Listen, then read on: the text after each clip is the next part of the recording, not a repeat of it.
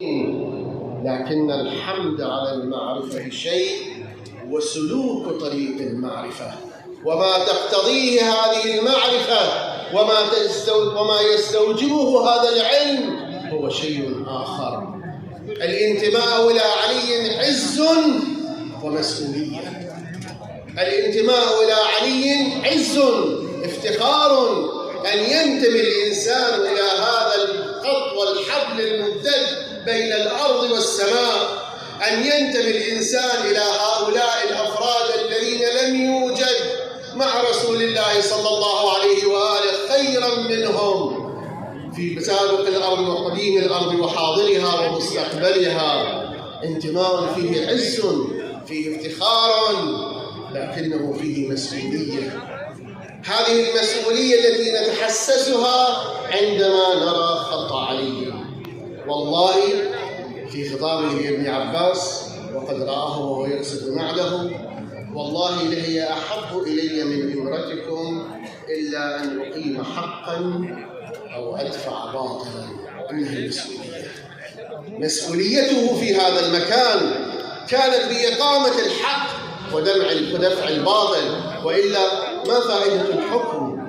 ما فائدة الخلافة؟ ما فائدة الرئاسة الدنيوية إذا لم تكن لإقامة حق ودفع باطل؟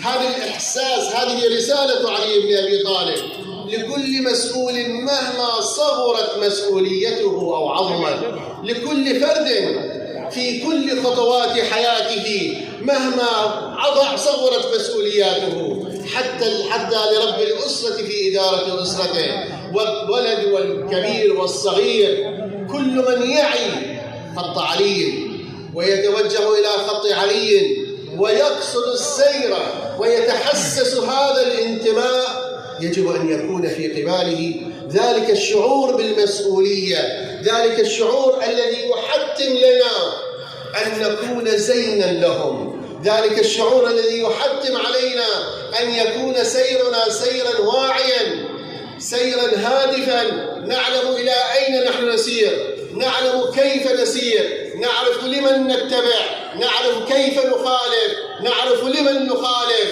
نعرف متى يكون السلم، نعرف متى تكون الحرب، نعرف متى تكون التظاهرة، نعرف متى يكون المدح، نعرف متى يكون الذم، نعلم متى يكون المدح ومتى يكون الهجاء.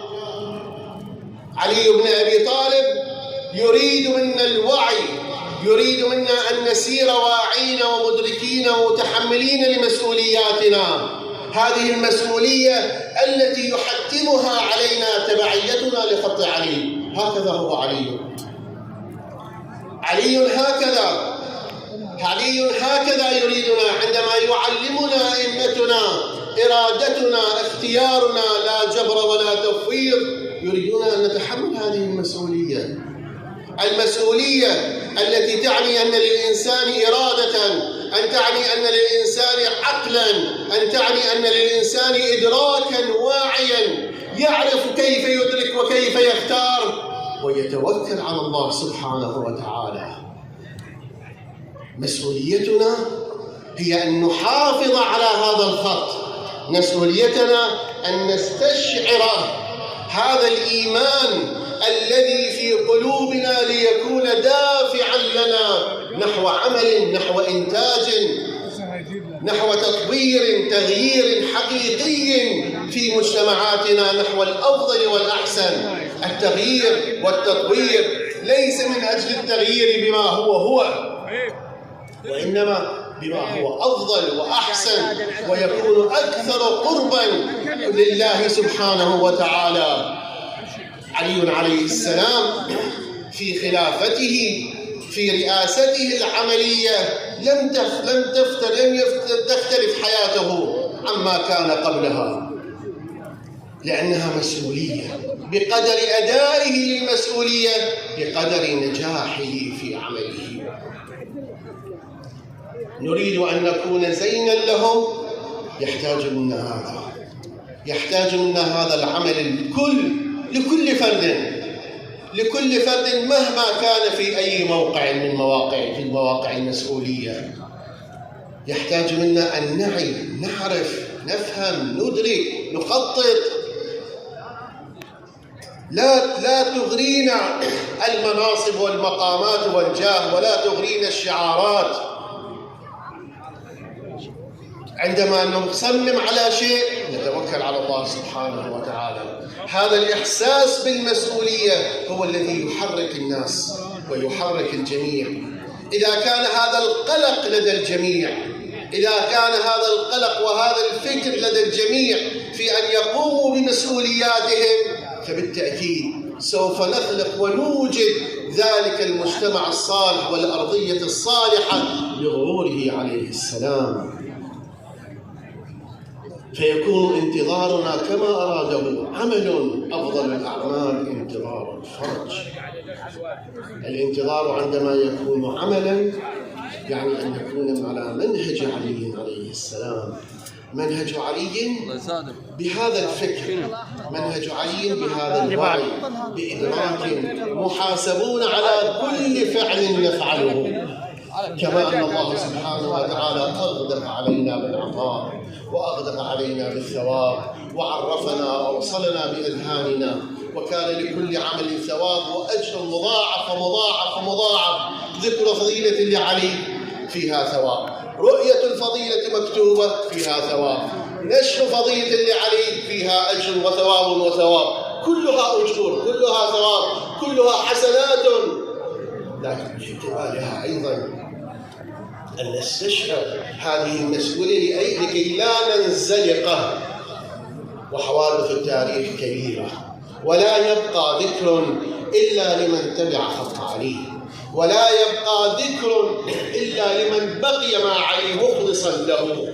عمار، سلمان، أبا ذر وغيرهم من قائمة تطول، لأنهم بقوا مع علي.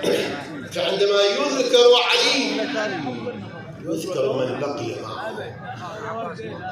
علي بن أبي طالب منهج، علي بن أبي طالب منهج لنا في حياتنا، منهج لنا في كل مفاصل حياتنا، ننتهج من علي عليه السلام. ما عانته أمتنا مجتمعنا من قديم الزمان إلى يومنا هذا، الذي أبقاهم هو حب علي والولاء لعلي. الذي جعلهم متماسكين هو الولاء لعلي. الذي جعلهم صابرين هو ذكر علي وأبناء علي. الذي جعلهم يحبون لنجدة إخوانهم وبذلوا النفس والنفيس هو حب علي. ومن بركات علي كانت الفتوى المقدسة للدفاع عن العراق. إنها بركات علي، بركات هذا الجوار، هذا الجوار الذي إذا لم نحفظه أيضا نفقد هذه البركة. عندما نتكلم عن قدسية المدينة وقدسية الجوار، لا نريد من الآخرين أن يقلدوا فقط، بل أن يعوا هذا المقام، أن يعوا أن جوارهم لعلي هو بركة حياتهم، أن يعلموا ويدركوا أن جوارهم لعلي هو الذي منحهم تلك القدرة وذلك النفوذ وذلك الجاه. عليهم أن يعلموا أن جوار علي يستحق أن يحترم، له قانون، له أمور تجب مراعاتها. القانون قد لا يمكن تطبيقه، لكن الإحساس بالمسؤولية هذا الذي نقول أنه يجب أن يكون هناك وعي، إدراك في أي احتفالات من احتفالاتنا، عرفية، اجتماعية، وطنية وغيرها، يجب أن يكون عن إدراك. نحتفل بولادة علي لأنها ولادة الخير، نفرح لفرحهم ونحزن لحزنهم، متقابلان في المواساة والأحزان. للعراق مشهد وموقف وتاريخ سيذكر التاريخ هذا الموقف لأبناء العراق، وخصوصا أبناء النجف وكربلاء، في إحياء الشعائر والمواساة. في الاحتفال أيضا يجب أن يكون كذلك. في الاحتفال أيضا يجب أن تزدان الشوارع وتزدان المحلات وتزدان المدينة كلها، وليس الأمر مقصورا على العتبة العلوية المقدسة. العتبة العلوية منارا فكريا هادفا بحمد الله في هذه الأيام وبقية العتبات، ولكن يجب أن الجميع أن تكون مظاهر الفرح في تغطي هذه البلاد، تغطي هذا الجوار أولا وبقية البلاد التي تؤمن بعلي وتتخذ من علي منهجا. نحتفل لأننا نعي أن هذا الاحتفال هو مسؤوليتنا، نحن من يمثل عليا. عليا كانت دعوة تمثيله واسعة لجميع الناس، من أحب عليا من والى عليا فهو يمثل عليا، لكن بالشرط كونوا زينا لنا. نسأل الله سبحانه وتعالى أن يأخذ بأيدينا جميعا لما فيه الخير والصلاح، وأن يكلل هذه الجهود وهذه الاحتفالات دوما بالتيسير والتسهيل والسداد، وأن تبقى عتباتنا المقدسة منارا فكريا هادفا علما وعملا لجميع من يحب علي بن أبي طالب. سلام الله عليه، والسلام عليكم ورحمة الله وبركاته.